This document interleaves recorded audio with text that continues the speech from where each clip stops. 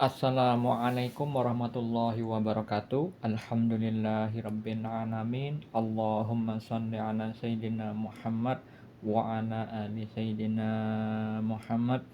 Saya bagikan kisah nyata mimpi yang dialami istri saya dulu di saat kami belum menikah.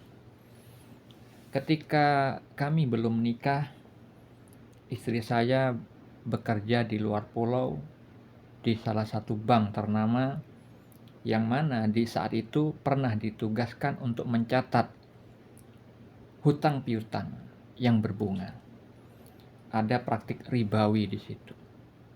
Sehingga ketika saya ada niat untuk menikahi istri saya, maka saya anjurkan di saat itu untuk keluar dari pekerjaannya, karena dia sebagai penulis sekaligus sebagai saksi orang yang berhutang, yang ada praktik ribawinya.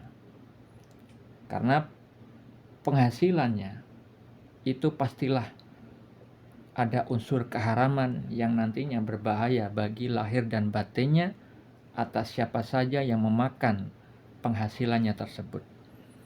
Namun istri saya dulu masih muda, mungkin pertimbangannya tidak sematang sekarang. Jadinya tidak langsung mengiyakan masukan dari saya, dan akhirnya istri saya bermimpi. Mimpinya istri saya itu bekerja di kantornya, dia lembur sendirian, tapi ketika menghidupkan saklar untuk menghidupkan lampunya, di saat itu tiba-tiba terjadilah konsleting yang akhirnya membuat kantornya itu terbakar. Namun istri saya selamat keluar dari kantor tersebut. Ketika meminta tolong kepada orang-orang di sekitarnya, tidak ada yang mau menolong. Seolah-olah orang-orang itu tidak menggubris permintaan tolong istri saya. Kemudian istri saya terbangun dari tidurnya. Lalu apa makna mimpi atau takwil mimpi tersebut? Perlu diketahui, mimpi dan ilmu takwil mimpi adalah bagian dari syariat Islam. Banyak dalil yang menerangkan tentang kedua hal tersebut. Beberapa dalil diantaranya yang perlu diketahui untuk seluruh umat Islam. Di dalam hadis riwayat Muslim, Rasulullah SAW bersabda, mimpi itu ada 3. Mimpi baik yang merupakan kabar gembira dari Allah, mimpi karena bawaan pikiran seseorang ketika terjaga, dan mimpi menyedihkan yang datang dari setan.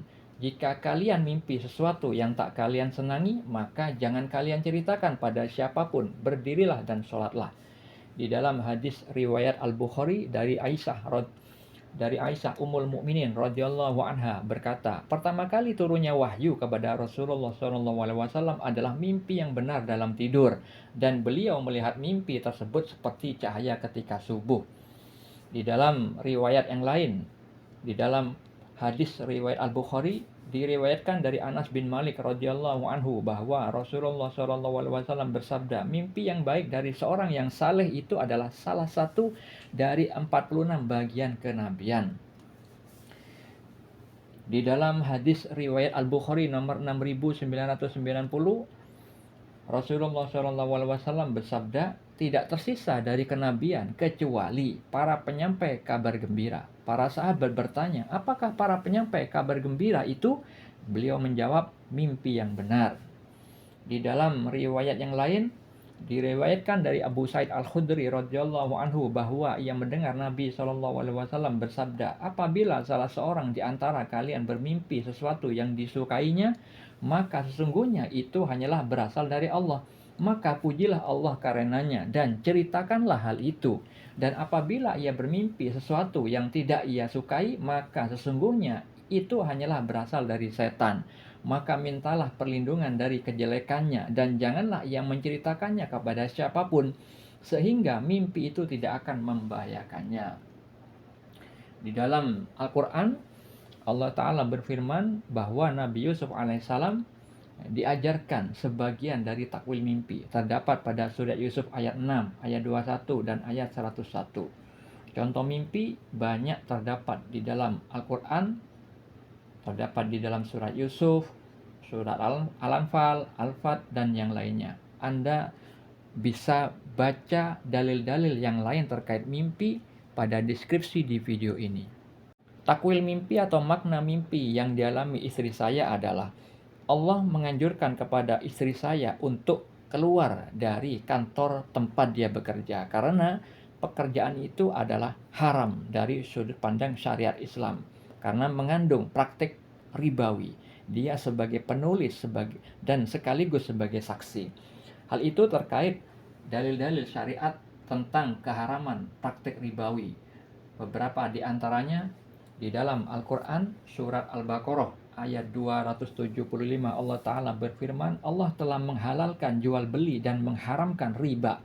Orang-orang yang telah sampai kepadanya larangan dari Tuhannya lalu terus berhenti dari mengambil riba, maka baginya apa yang telah diambilnya dahulu sebelum datang larangan dan urusannya terserah kepada Allah. Orang yang kembali mengambil riba, maka orang itu adalah penghuni-penghuni neraka. Mereka kekal di dalamnya.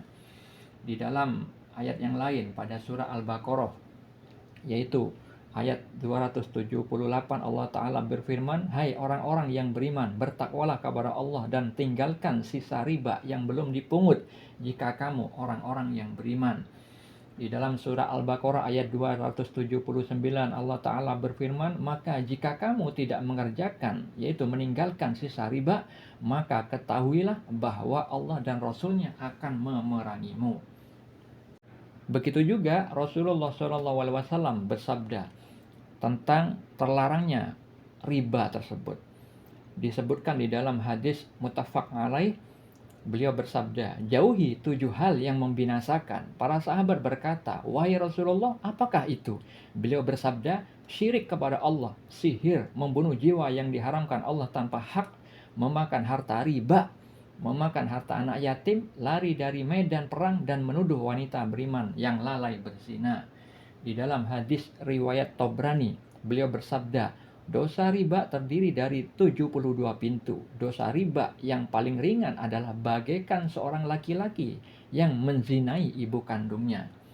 Di dalam hadis riwayat Ibnu Abi Dunya, beliau bersabda, sesungguhnya 1 dirham yang didapatkan seorang laki-laki dari hasil riba lebih besar dosanya di sisi Allah daripada berzina 36 kali. Di dalam hadis riwayat Muslim, Rasulullah SAW bersabda, Rasulullah SAW mengutuk orang yang makan harta riba, yang memberikan riba, penulis transaksi riba, dan kedua saksi transaksi riba. Mereka semuanya sama berdosa. Nah, itulah kenapa istri saya mendapatkan mimpi tersebut. Allah menunjukkan perhatiannya kepada istri saya yang awalnya dimulai dari saya sebagai orang yang ingin menikahinya. Di dalam kehidupan nyata sudah memberi peringatan yang mana hakikatnya semua nasihat kebaikan yang diperoleh manusia itu adalah hakikatnya dari Allah Subhanahu wa taala. Sebagaimana Allah berfirman di dalam surah An-Nisa ayat 79, semua kebajikan yang kita peroleh adalah dari sisi Allah. Jadi, kalau kita mendapatkan nasihat kebaikan dari orang lain, meskipun itu orang kafir sekalipun, maka kita lihat nasihatnya. Jika itu sesuai dengan Al-Quran dan As-Sunnah, hakikatnya itu semua dari Allah Subhanahu wa taala. Maka kalau kita sudah melihat itu baik, pertimbangkanlah, jangan diremehkan. Nah, begitu juga yang dialami istri saya ketika dia belum mampu untuk melaksanakan apa nasihat saya di saat itu, maka Allah menguatkan petunjuk dari Allah Subhanahu wa taala yang awalnya diperantarakan melalui saya di dalam kehidupan nyatanya, akhirnya tersambung di dalam alam gaib bernama mimpi yang akhirnya visualnya seperti yang tadi saya sebutkan. Nah, itulah fungsi dari kita mengimani mimpi sehingga kita mendapatkan pemberitahuan kabar gembira dari Allah bahwa kita telah diperhatikan oleh Allah Subhanahu wa taala melalui sarana petunjuk melalui mimpi. Semoga hal ini bermanfaat. Assalamualaikum warahmatullahi wabarakatuh.